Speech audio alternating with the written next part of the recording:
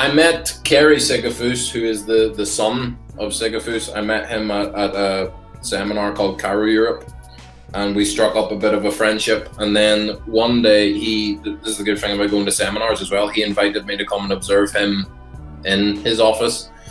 And he runs a podcast called Sigafus Weekly.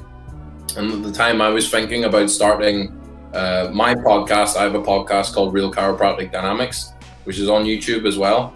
And I'd said to him, like, yeah, I'm thinking about doing this thing. And he said, well, before you do it, come on my podcast. Well, if you're going to come on my podcast, you need to have something to talk about. So he said, listen to Sigafus at Red Deer. So he sent me the audio for Red Deer, and he was like, go through that and we're going to talk about it during the podcast.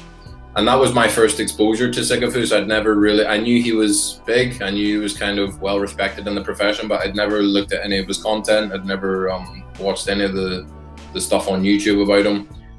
And I listened to Red Deer, which is, I think it's like 2.5 hours long or something like that. And from then I had the realization, I was like, oh, this guy speaks my language. Like he calls it like it is. Like he's very straight and to the point. And then we did the podcast like that, and I started doing some work with Sigafus Weekly, just keeping the discussions going in the page.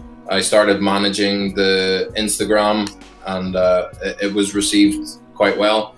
And just from there, it's gone, like working along with Sigafus Weekly, making my own way through the content bit by bit. I think that's another good thing as well, is you'll have different coaches, whether it's regarding philosophy, whether it's regarding the technique, and it's good to just find that person that resonates with you and then go very deep into that. So for me, it was Sigafus.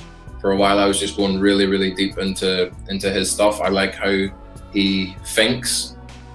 He's a little bit religious at times for my liking. I don't like when chiropractors kind of mix the religion in with their business. Whatever your beliefs are, that's fine. I just don't think it should be mixed with the marketing for your office.